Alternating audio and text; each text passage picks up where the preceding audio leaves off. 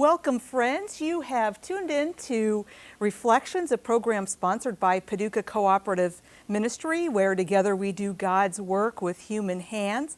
I'm Karen Winkel. I'm usually a co-host with Gregory Waldrop, who's the pastor at Fountain Avenue United Methodist Church. He's gone today, so I have the great pleasure of spending some time with Heidi Suhrheinrich, who is the executive director of Paducah Cooperative Ministry.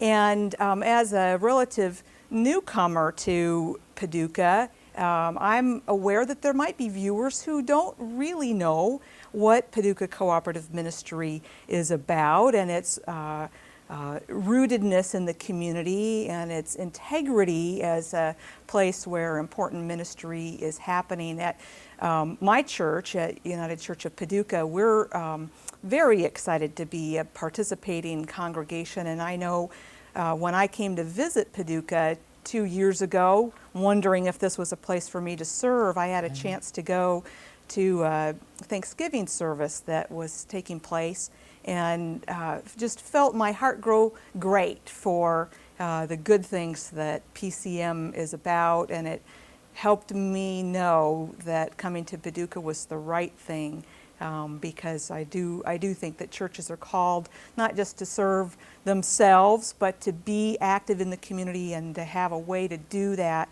For our church to be able to participate in a partnering way with PCM was exciting and important to me. So welcome this morning. We'll, since we're taping at the college, we'll maybe call this PCM 101 and just kind of go in an overview of PCM and maybe just touch on some places that are particularly exciting for you as the executive director. So what is Paducah Cooperative Ministry and how did it get here? Well, the name really says it all, Karen. Paducah Cooperative Ministry. It is a local ministry centered in Paducah, McCracken County.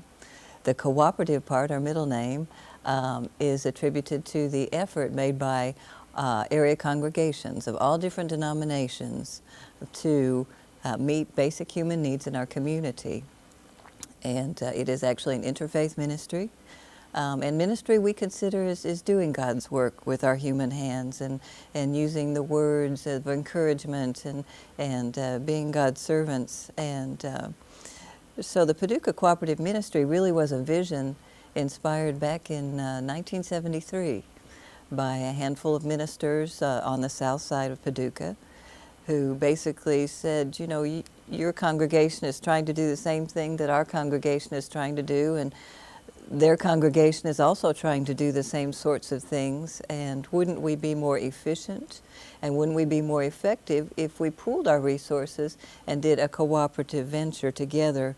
And so back in 1973, that was really the nucleus there on the south side, and they started with a food pantry and primarily serving the south side. But by the time the first year had ended, there were probably 12 or 13 congregations that had stepped up, and it reflected the Methodist congregation and the Catholics and the Baptists and the Lutherans, and it has just grown since that time to where we have between 45 and 50 congregations that support the ministry in whatever way they're able, with a financial contribution, a pledge towards annual financial giving, with in-kind gifts such as food for the pantry, volunteer hours, things like that. And of course programs and services have grown and changed over the years too to reflect the needs in the community.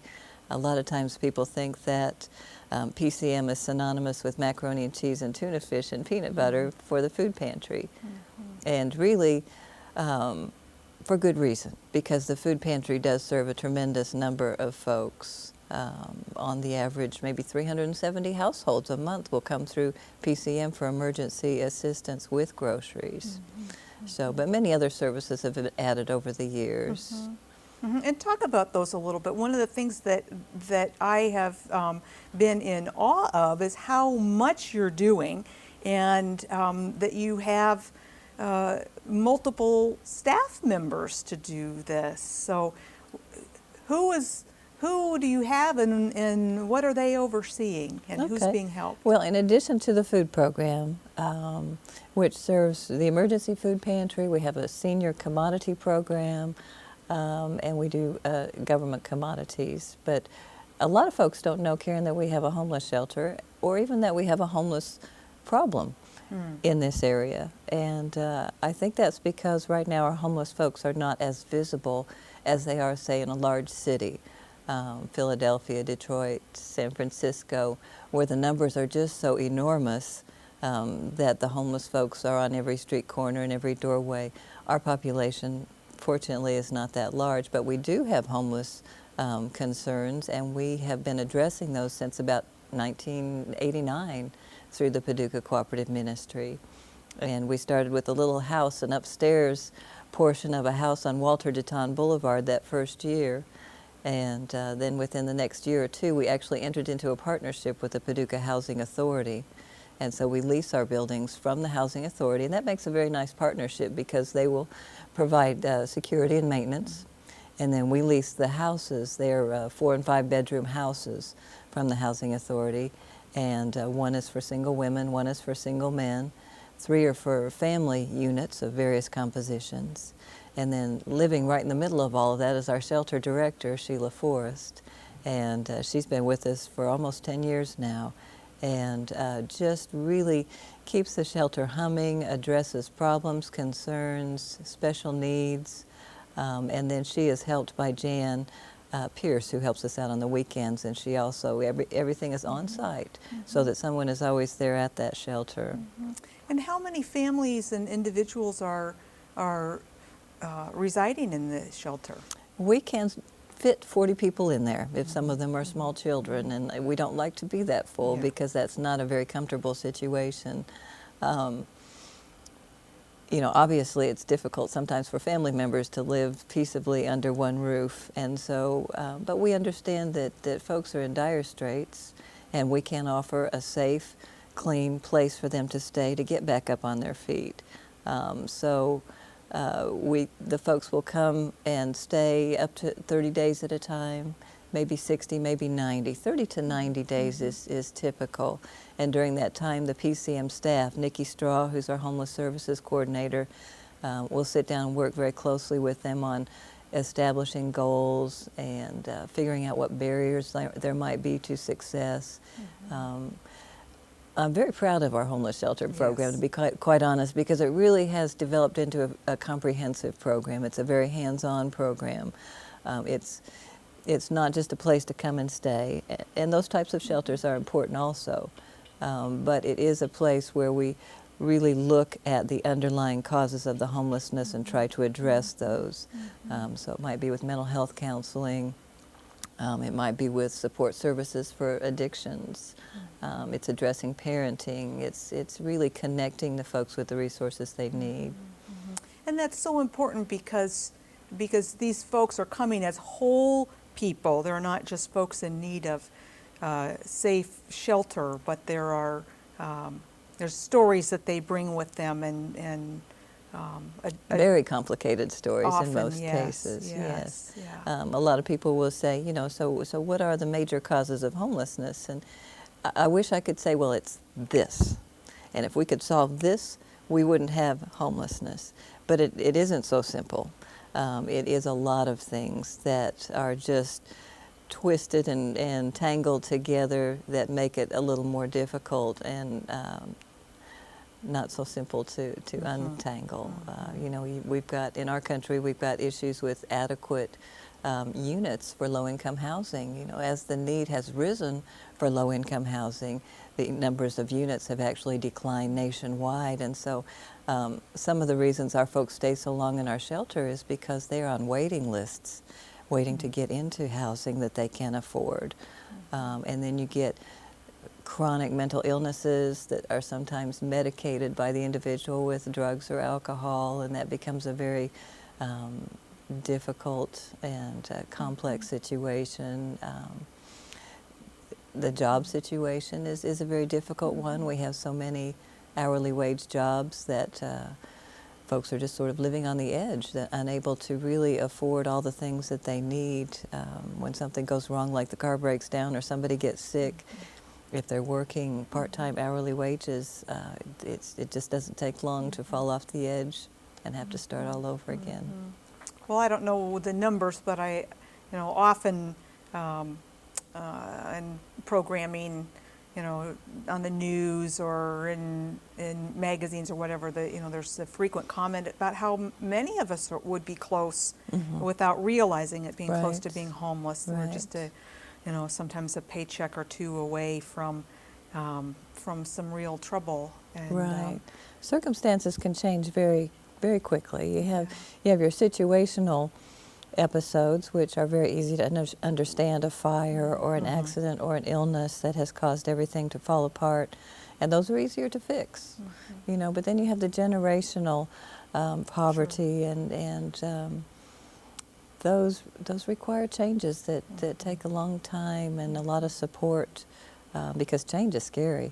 We know that. It's easier to stay in what is uncomfortable but familiar than sometimes to step out and believe that you can do something that's different and scary and unfamiliar.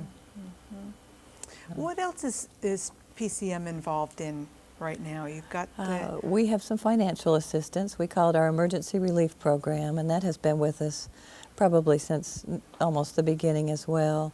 And this is financial assistance for urgent needs. Primarily that is going to utility disconnections, rent evictions, prescription medications.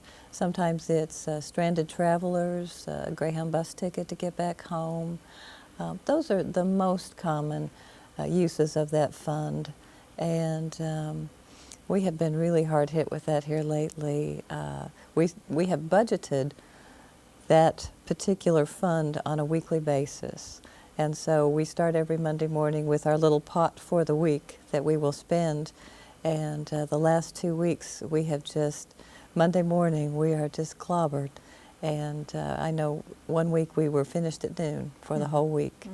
And so that's difficult. We feel like we're scraping just the surface some days, but the utility bills have been tough.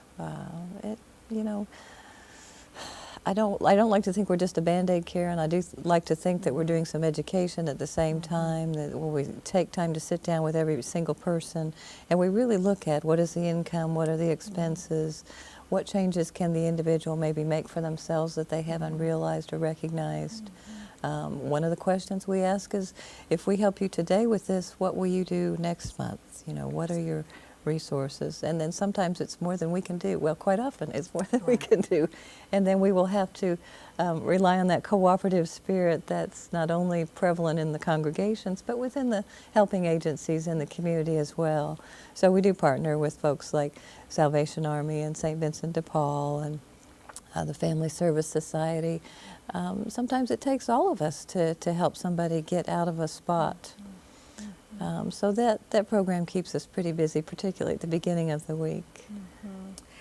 I'm impressed as you talk about that emergency assistance, the care that you give that individual or that family that's in need, because I know it's, churches get calls all the time from people in need, and it's sometimes a temptation to just say, okay, what do you need it for? How much? Okay, there'll be a check waiting for you in the church office. A busy church may not have the time to really visit with somebody, or it may come across in a way that the church doesn't intend. But as you're speaking of this, I'm really appreciating the honoring of folks and seeking to identify with them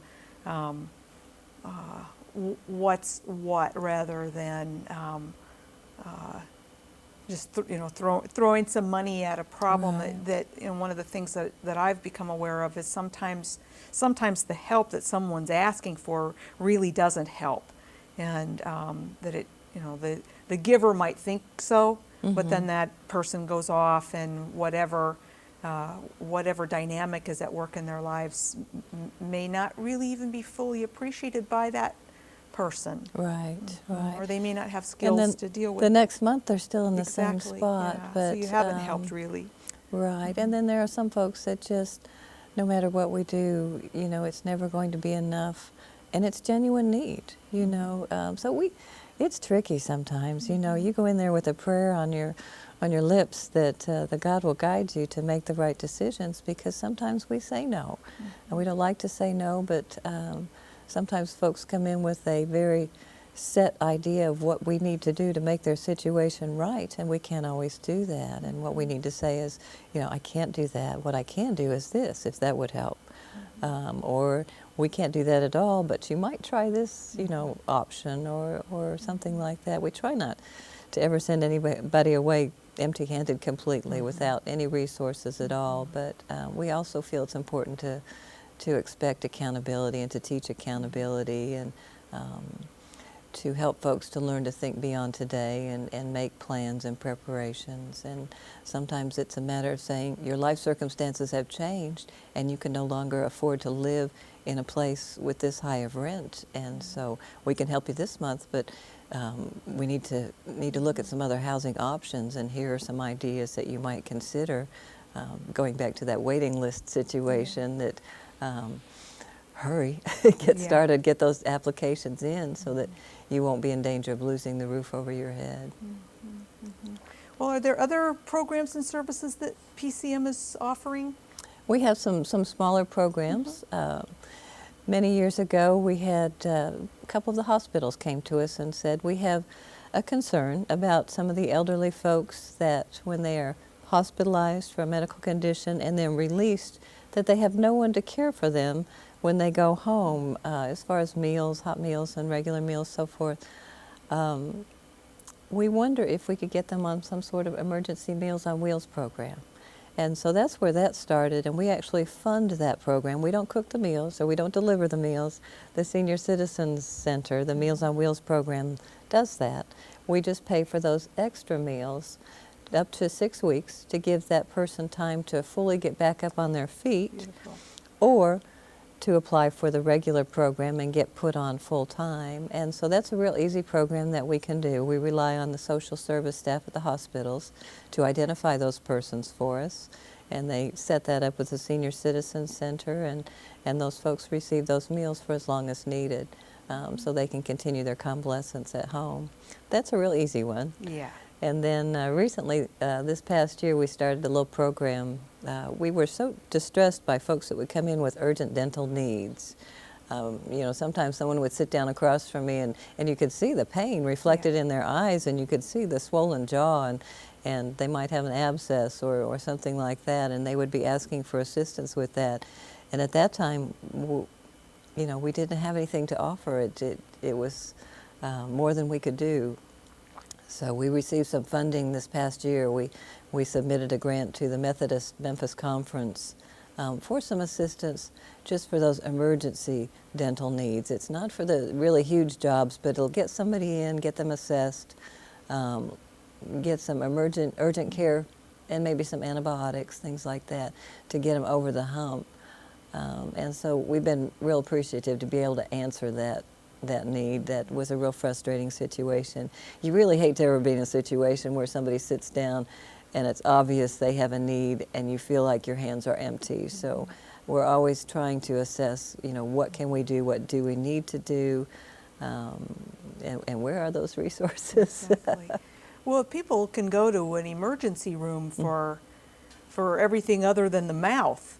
Just about, right, yeah. And there's a way for that to be tended, but you're right. When there's something happening in the mouth, it's very painful and dangerous. Yes, it is dangerous. And so that's an important way of caring for our brothers and sisters in the community, is to help. Right. You know, a person can't work if they're in that condition. Then everything else falls apart. Everything in life is so interconnected. It really is. And one thing goes wrong, it affects everything else. And if one thing improves, sometimes it affects everything else in the other way. You bet. And I know there are some other things that PCM has been involved in. I'm thinking to this last spring when there was a day retreat for those in the community who are working for social service nonprofit Right, organizations. right. Talk about that a little bit. Oh, 'Cause that was wonderful. You know, we love the work that we do, but honestly, some days we get really tired. And so what we thought was, if we're tired, I bet everybody else is too. Maybe we can, all of us get away together for a one-day retreat and just have a day of peace and quiet and some techniques to help us take that back with us to cope with the day-to-day stress. And so we invited some of our friends, Salvation Army and St. Vincent de Paul, and you know all the folks that we work with. And you were a part of it, and Gregory was a part of it. Mary Sisto helped us with this, and we just created a wonderful day away. We used the Girl Scout camp out by, I guess, Bear Creek Girl Scout Council, and that was a beautiful lodge. A wonderful day in the spring, and we all hopped on a bus and went out there, and we talked about how important it is to find silence somewhere in your day. And sometimes we feel guilty about taking a moment or two and doing nothing because we're so accustomed to, we feel guilty just doing one thing at a time. We feel like we need to be doing 2 or 3 things at a time. And I guess sometimes we just have to remind ourselves it's okay to take a moment to rest your spirit, to rest your mind, to rest your body so that you can continue forward. And that's sort of what that day was all about, and it was wonderful.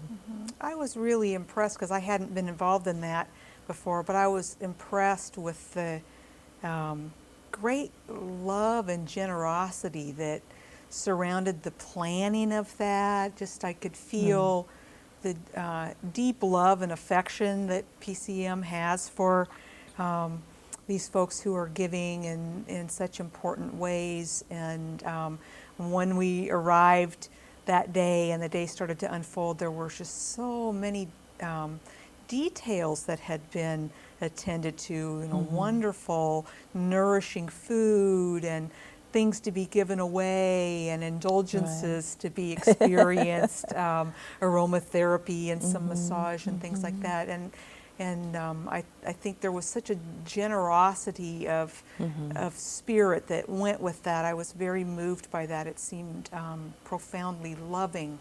Right. And some of that superficial at all. was the result of support from the community. You know, we had fresh flowers that was donated to the cause, and the food came from another business, and everybody kind of pitched in to help make this day possible. So be nice to do that again in a year or so.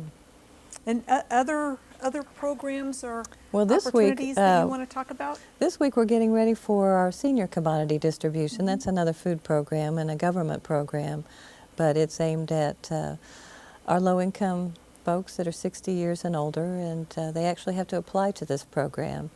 And we have slots for 220 people, and they receive government groceries, a supplemental. It's not to take the place of what they normally receive, but it does help them get through the month. And they get that once a month, same time every month, and it usually includes things like cereal and peanut butter and vegetables and juice and just a nice basic all-around grocery supply that will help supplement the folks and keep them healthy.